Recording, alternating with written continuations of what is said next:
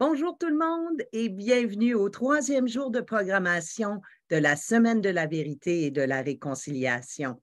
Merci d'être là pour cette session questions et réponses sur la question « Que se passe-t-il au Québec en ce qui concerne la recherche des enfants disparus? » Moi, je m'appelle Monique Lacoste, je suis une métisse de la Rivière-Rouge. Je vous parle depuis Winnipeg, au Manitoba, en plein cœur du pays qu'on appelle aujourd'hui le Canada. Tiens, on va faire un petit exercice ensemble. Prenez une minute et en fait, posez les 2 pieds bien au sol. Prenez une grande inspiration. Expirez. On va refaire ça une autre fois. Et une 3e fois.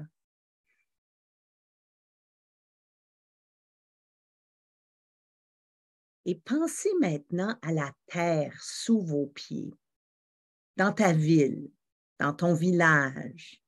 Pensez à la nature qui entoure votre région. Les Autochtones vivent sur ces terres depuis bien longtemps, depuis la nuit des temps et en fait bien avant l'arrivée des Européens. Et les Autochtones ont été les gardiens de la terre et de l'eau. Ils le sont toujours aujourd'hui et c'est très important qu'on le reconnaisse. Winnipeg se trouve sur les terres ancestrales de plusieurs peuples Premières Nations, les Anishinabeg, les Ininu, les Anishinaabe, les Denesulinne, les Dakota Oyate, les Naheithawuk, et c'est aussi la patrie de la nation métisse de la Rivière-Rouge. Et vous voyez que je porte fièrement ma ceinture fléchée aujourd'hui, symbole de ma culture. Mais partout où vous vivez, il y a des peuples autochtones qui ont occupé ces terres bien avant que les Européens y arrivent. Prenez une minute pour penser à ça. Le Manitoba, en passant, vous ne le savez peut-être pas, mais c'est la seule province au Canada qui a été créée par des Autochtones. Ce sont les Métis de la Rivière-Rouge qui ont négocié avec le Canada pour que ça devienne une province. Et leur chef, Louis Riel, avait une vision très inclusive, où tout le monde avait sa place, où tout le monde pouvait bien vivre ensemble, les Européens, francophones, anglophones, métis, Premières Nations. Malheureusement, sa vision n'a pas vu le jour en 1870. Mais prenons un moment justement pour reconnaître que les Autochtones ont fait face à beaucoup d'injustices au Canada. Et pas seulement dans le passé, on sait que c'est encore le cas aujourd'hui.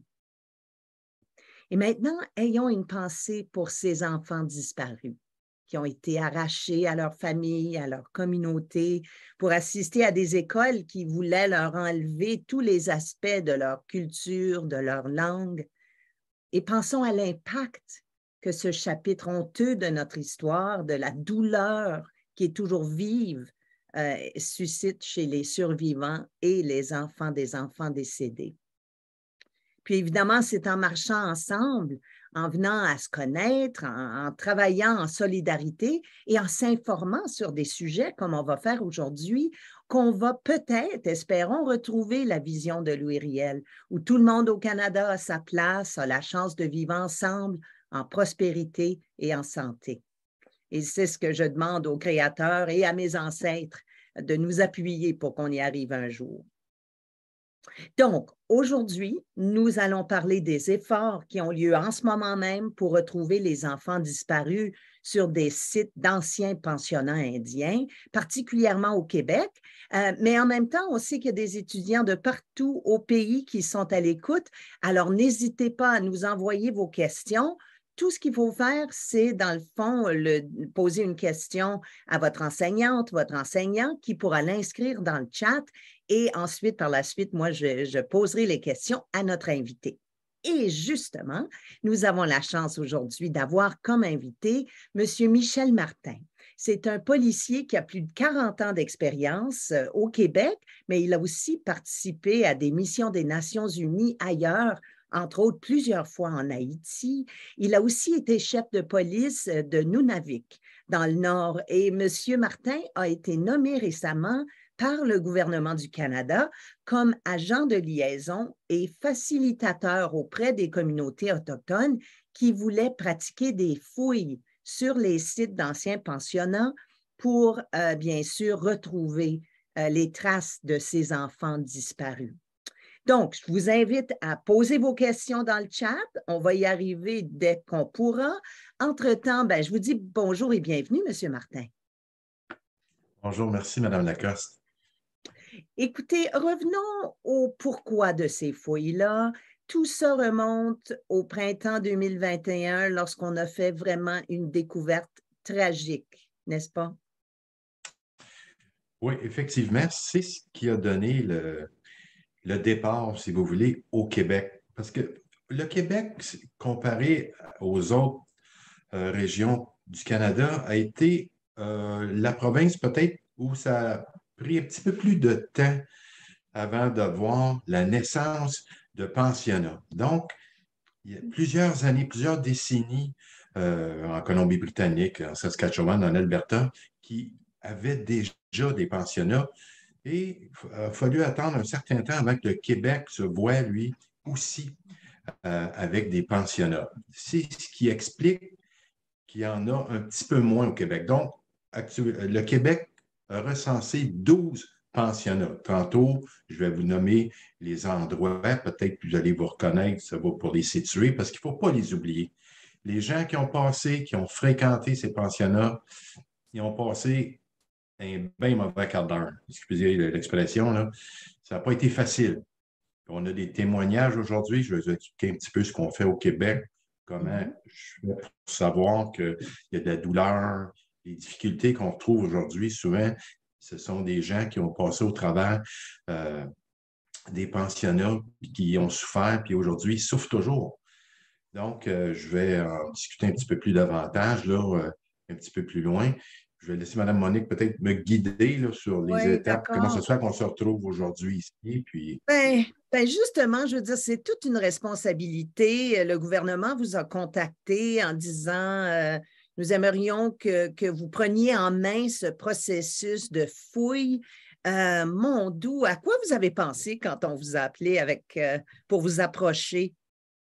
Ben, moi, c'est évident que les découvertes des sépulcres en Colombie-Britannique, ça a été, si vous voulez, la bougie d'allumage pour dire, hey, voici, là, oui, il y a eu la commission Vérité-Réconciliation qui a permis d'apprendre que oui, il y avait des endroits où il y avait des cimetières, des gens qui avaient été inhumés là, puis on ne connaissait pas l'identité, c'était pas clair.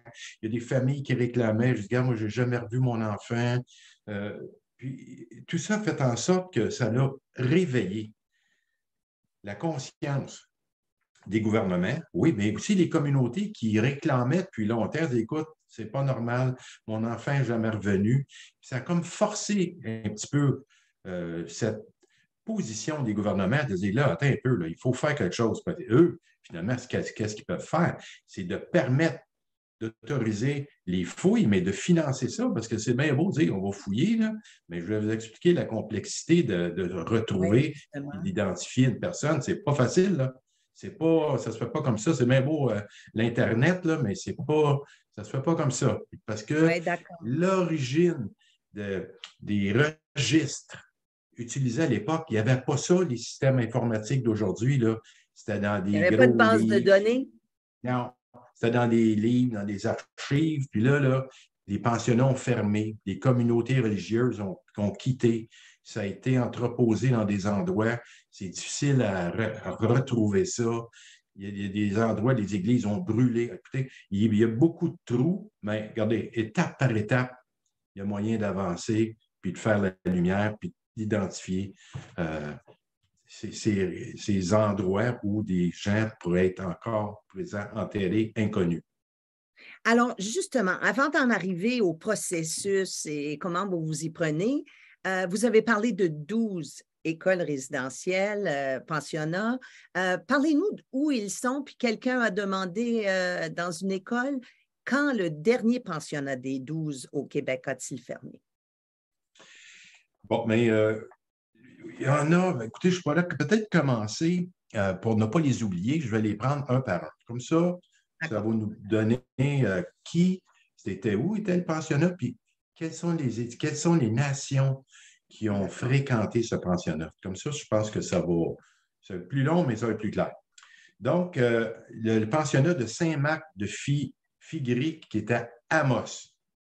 Mais les étudiants ont fréquenté, je les appelle les étudiants par respect, mais j'ai ça, moi, un pensionnat, ça, mais de 1955 à 1973, donc des Anishinabés, des Atikamekw et des Cris qui se sont retrouvés dans ce pensionnat-là. Chacun avait sa langue, sa propre langue, sa propre culture.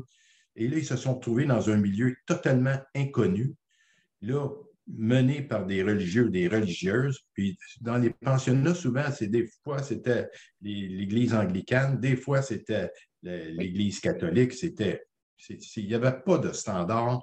C'était pas le même modèle partout comme aujourd'hui. On regarde l'éducation, il y a un tronc commun, tout le monde apprend le français, les mathématiques, Oui. l'histoire, mais bon. Donc, ça nous permet de savoir qui était là.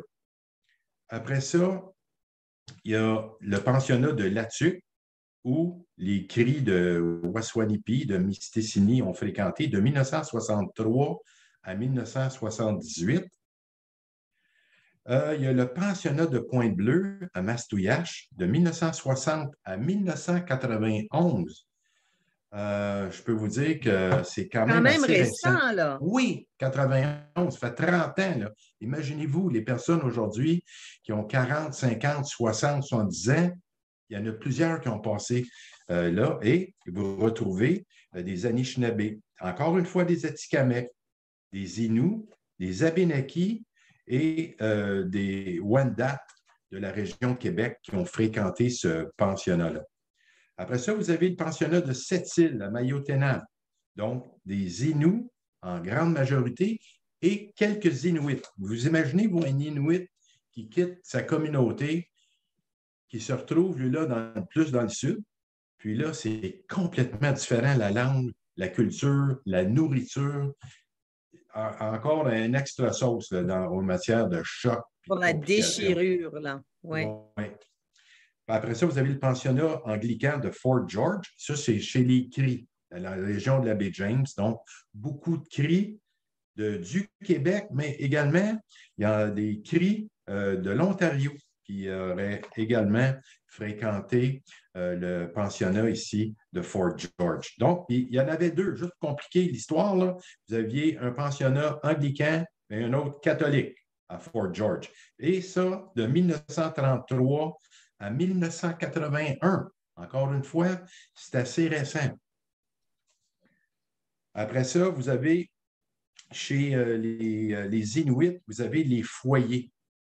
Les foyers qui appelaient des foyers fédéraux. Donc, ce n'était pas une communauté religieuse qui est responsable, c'était beaucoup des fonctionnaires fédéraux qui géraient ça. Donc, on prenait des enfants de différentes communautés inuites et on les envoyait dans une communauté inuite où ils étaient pris en charge souvent par des familles inuites, parce que là, écoutez, ils ne pouvaient même pas communiquer, là, les fonctionnaires qui étaient là.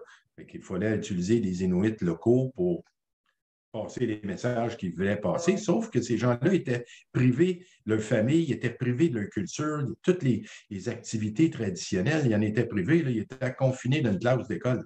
C'est ça le modèle. Là. Et Michel, donc, ça, oui. je vois filer le temps, puis je sais qu'on aurait voulu passer à travers les 12 écoles. Y a-t-il moyen de résumer peut-être ces propos-là? Parce qu'il y a des questions qui rentrent, puis je veux m'assurer qu'on puisse vous les poser. OK. Bon, mais il y avait deux modèles. Il y avait des pensionnats, puis il y avait des foyers.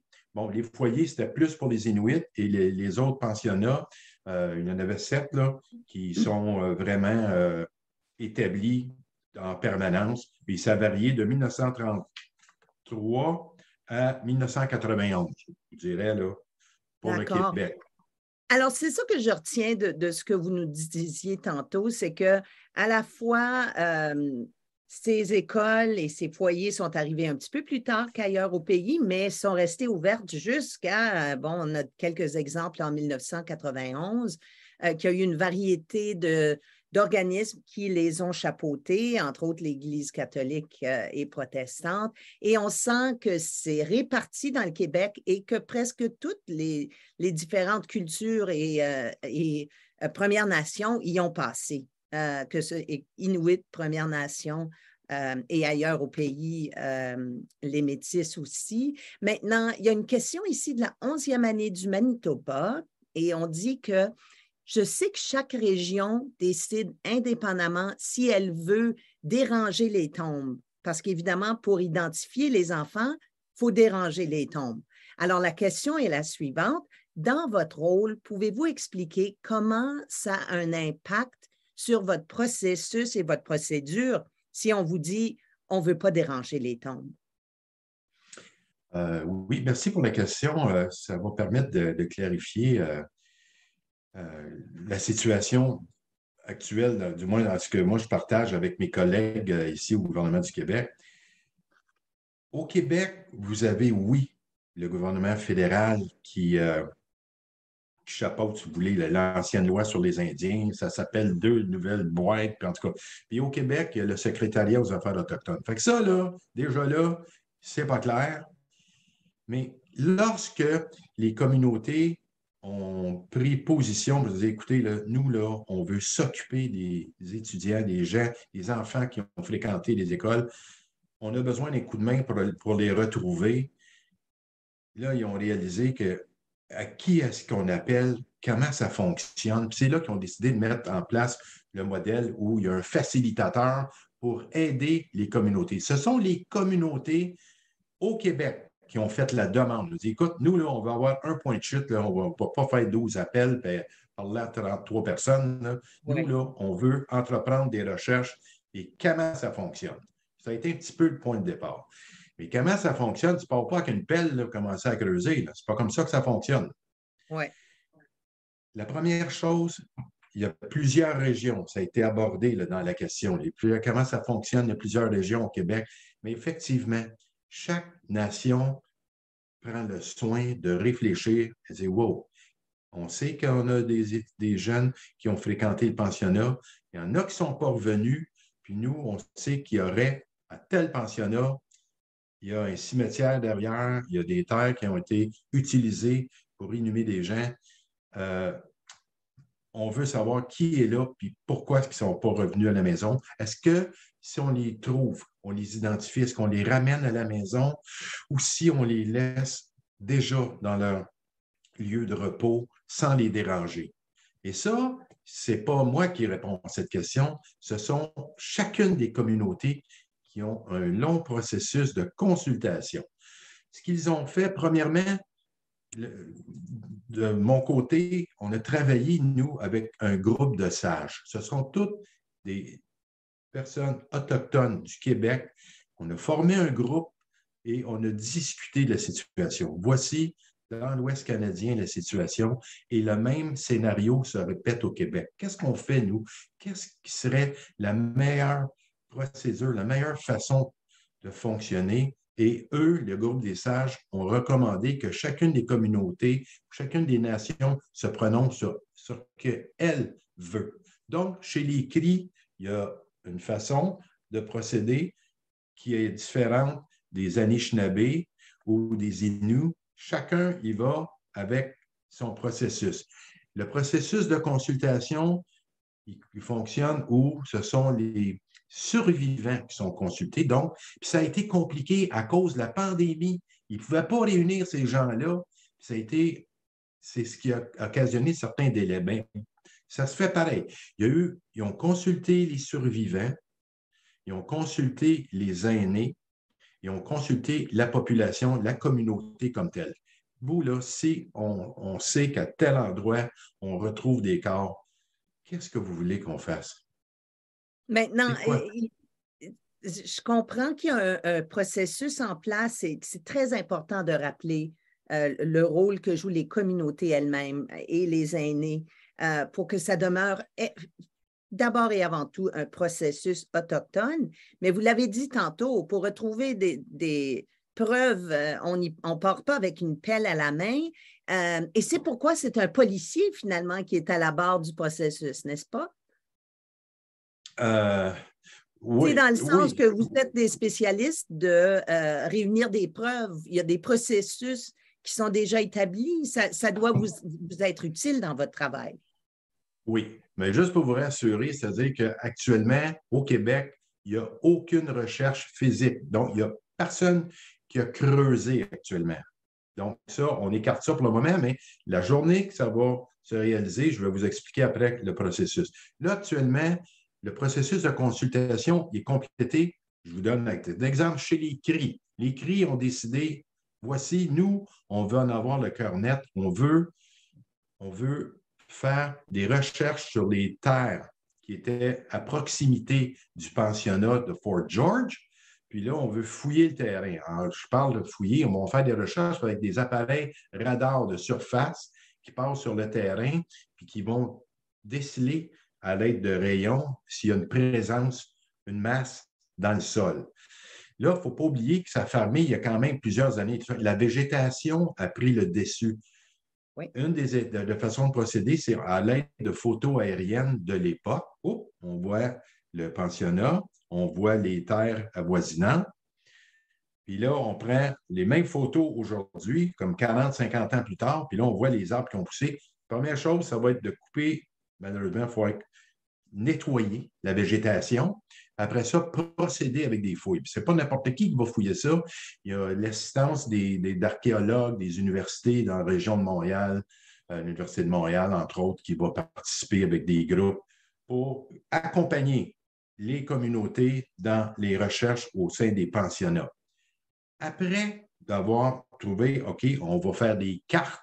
On va dire, oups, ici, on détecte une possible présence d'un corps ou ça peut être une roche, ça peut être une branche d'arbre. Écoutez, il faut les décoder, Oui. là, tous ces signaux-là. Là. Ce n'est pas écrit noir sur blanc.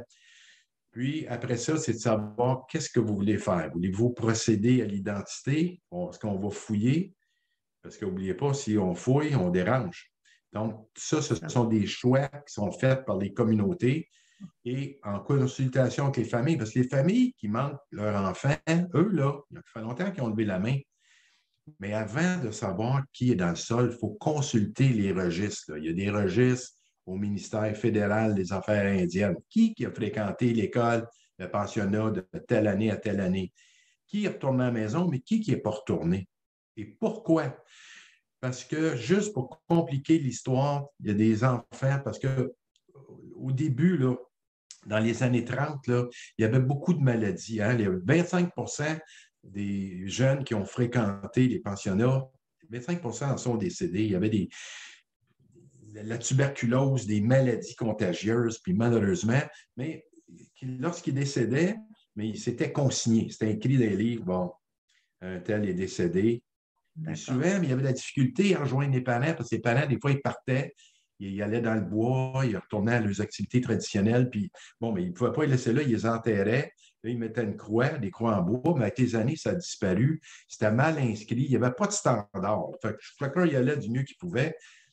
Puis ça, c'en est un exemple que je vous donne. Ce n'est pas tout Oui. ça là, d'enfants qui sont manquants, disparus. Il y en a d'autres qui se sont sauvés des pensionnats, qui ne voulaient pas rester là.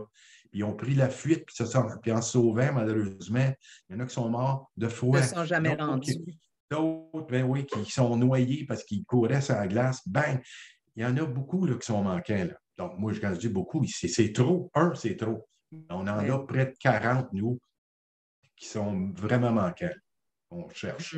Maintenant, vous avez parlé du radar à pénétration du sol. Ça, c'est sans doute un outil important. Diriez-vous que c'est l'outil principal que vous allez utiliser? Bien, écoutez, c'est un outil moderne qui nous permet là, plutôt que de tout défricher un terrain, ça nous donne quand même une zone plus précise, là où il y aurait la présence soit d'un corps ou d'un autre objet. Ça peut être, je ne sais pas, une roche ou un morceau de racine, on ne sait pas, là. Mais il y a des façons de lire ça. Les experts sont capables de dire, bon, telle largeur, telle longueur, c'est pas un corps, ça. C'est pas des restes humains. Il y a les études avec l'utilisation de ces radars-là sont capables d'établir des lectures de plus en plus fidèles qui leur permettent de savoir, avant de creuser, qu'est-ce qu'on risque de retrouver à cause de la profondeur, de la forme, et ainsi de suite. Maintenant, il y a une question d'une classe de la 12e année en Ontario qui demande, vous avez mentionné la fermeture d'un pensionnat il y a seulement 30 ans. Quel est le processus pour que les témoins se présentent? Est-ce utile ou bénéfique ou est-ce trop tard? Ah, bien, il y a des témoins récemment, mais pas plus tard que la semaine passée. Souvent, la même famille était déplacée de la communauté vers le pensionnat. Excusez. Donc, il y a frères et sœurs fréquentaient le même pensionnat et, en cours de route, oups, un des enfants décédait. Et là, des fois, il tombait malade au pensionnat et là, il faisait un petit bout à la clinique du pensionnat. Compte tenu de la sévérité de sa condition médicale, il était transféré dans un hôpital local. Et là, c'est là que ça devient encore plus compliqué, c'est que là, tu perds la trace, toi, là. L'enfant, il était envoyé à l'hôpital. Il peut être là 2 jours, 2 semaines, 2 mois, 2 ans, tu ne le sais pas. Puis il y en a qui décédaient, puis tu n'as plus la trace, là. Parce que là, tu tombes dans un registre de l'hôpital. Tu n'es plus dans le registre du pensionnat. Et là, tu viens de perdre la trace là, de ton enfant. Et il n'y a pas il n'y a pas de registre que vous pouvez consulter des hôpitaux à l'époque? Oui, ça, oui, on en a des registres. Mais la loi faisait en sorte qu'on ne pouvait pas les consulter. Puis il y a une loi toute récente là, qui a été mise en place en 2021 au Québec qui permet aux familles de demander des registres, les causes du décès. C'est tout nouveau, là. C'est tout ça qui découle de cette commission de vérité là, et de réconciliation. Ce sont des petits pas qui nous amènent de plus en plus à faire la lumière puis avoir des réponses à Et c'est des êtres dire que chers. c'était pas assez de vivre l'expérience des pensionnats, même pour faire la lumière là-dessus, il y a des embûches considérables. Oui, exact. Ouais. Il y a une question d'une classe de 9e année au Québec. Vous mentionnez beaucoup de travail avec la communauté inuit. En raison de son emplacement éloigné, je suppose que les enfants ont été déplacés assez loin vers un pensionnat. Jusqu'où ont-ils été déplacés? En êtes-vous au courant? Oui. Mais justement d'y répondre, je reviens là, avec les Oui, témoignages. Là. oui, Vous, d'accord. la commission, les membres, ceux qui sont avec vous, là, c'est les yeux et les oreilles. C'est si vous avez là, des témoins, si vous avez des gens qui ont des questionnements, c'est le temps là, d'aller de l'avant. Je ne sais pas comment ça fonctionne au Manitoba ou en Colombie-Britannique, mais du moins au Québec, là, il y a un numéro, vous allez sur Internet, puis vous allez trouver là, le répondant qui va vous aider dans une démarche. En d'autres mots, pour la question précédente, là, il n'est pas Oui, c'est du ça. tout trop tard pour être témoin. Oui, exactement. Il n'est pas trop tard. C'est fantastique, ça. Non, puis ça l'a réveillé, ça l'a permis de. Parce que les voix, les gens parlaient, les gens demandaient, puis ils n'étaient pas écoutés, ils n'étaient pas entendus. Aujourd'hui, écoutez, c'est pris en charge. Puis ça fait toute une différence, là. Ça fait toute une différence d'avant. Oui, regarde, on va regarder ça, regarde, on n'a pas de nouvelles, on ne sait pas trop, là, regarde, c'est compliqué. L'Église est fermée, ça passe au feu, on n'a pas rien. Là, il faut travailler fort avec les communautés religieuses pour avoir accès à leur registre, avec leurs livres. Puis il faut travailler fort aussi avec le côté de la santé, parce qu'il y en a plusieurs qui se sont trouvés là, mais la loi nous permet maintenant d'aller chercher l'information. Fait que tout ça, ben, ce sont des petits pas, mais des pas importants. Là, je Et reviens à la question. Oui, allez-y, oui, excusez. non, non, allez-y, revenez à la question. Mais là, je veux répondre à la question pour les Inuits, les petits-enfants Inuits qui étaient déplacés. Eux, ils étaient déplacés, c'est des très, très longues distances, mais ils demeuraient, si vous voulez, plus dans un milieu Inuit. ils étaient comme pas déplacés, là, comme genre, tu les prends de coups de jouac, puis les envoyer à Amos. Le choc aurait été beaucoup trop brutal. Ils les sortaient d'un milieu, plusieurs centaines, c'est pas un millier de kilomètres de distance, mais ils les regroupaient soit à Kuujjuarapik, qui était à l'époque Great Well ou le poste de la Baleine, ou à Fort Chimo, qui est aujourd'hui Kuujjuaq.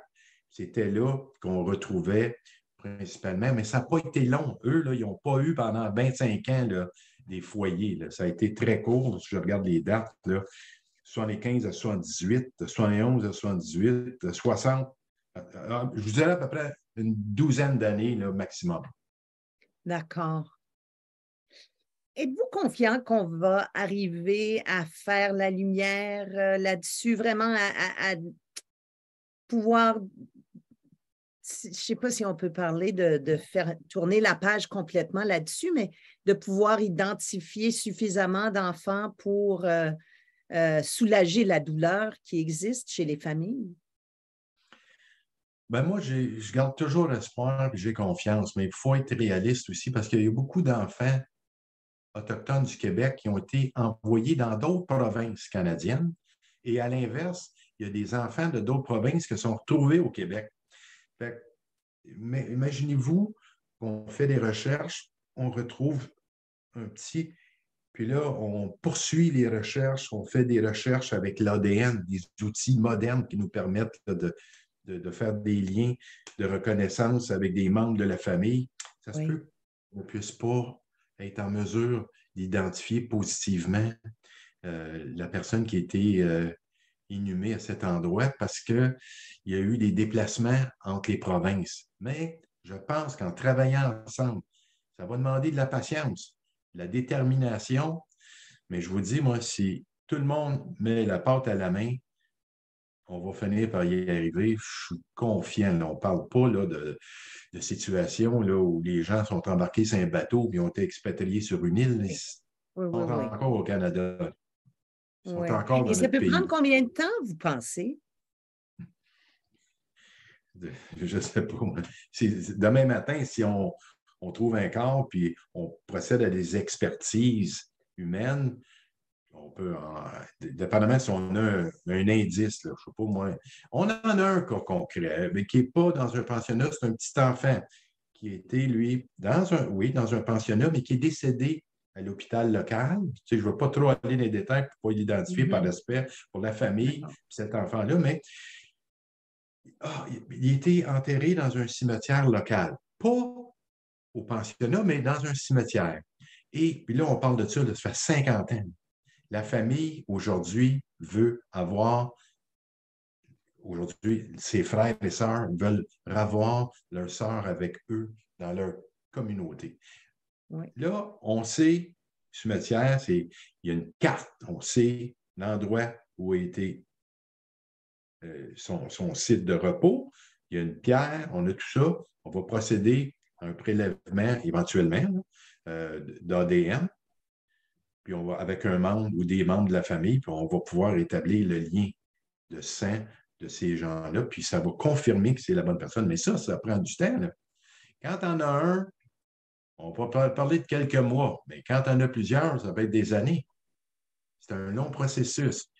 Puis ça, il faut se faire. Là, puis, vous savez, pour exhumer, sortir une personne de son lieu de repos, ça prend un ordre de la Cour au Québec. Ça prend un juge qui va autoriser d'exhumer parce que c'est un geste sérieux, parce que certains sont morts de maladie, ils ne veulent pas qu'il faut que la santé soit mêlée à ça aussi, que si tu déplaces le corps, que ça propage une certaine maladie. Fait que c'est tout.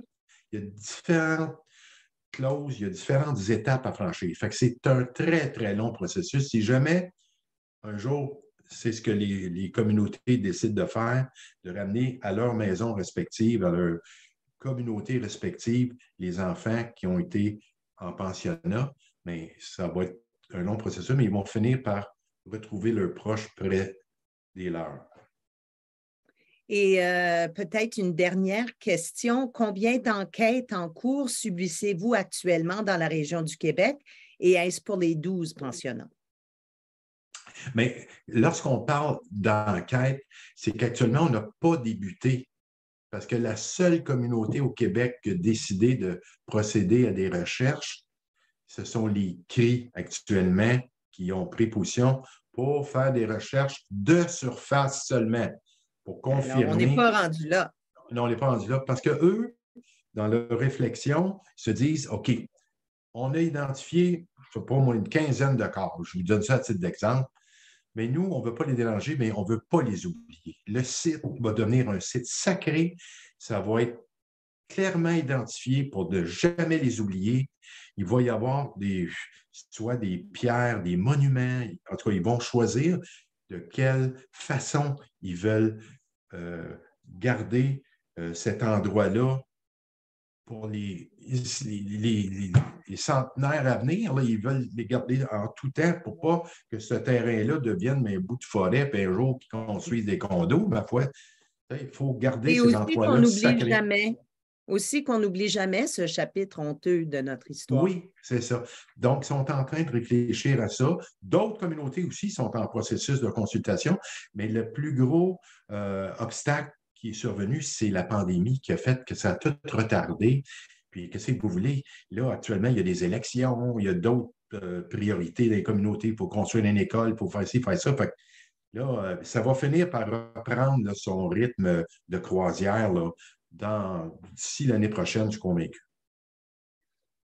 Qu'est-ce que vous aimeriez que les élèves retiennent de toute cette situation des pensionnats indiens et surtout là où on en est rendu, là, dans le rapatriement de ces restes, de ces enfants disparus?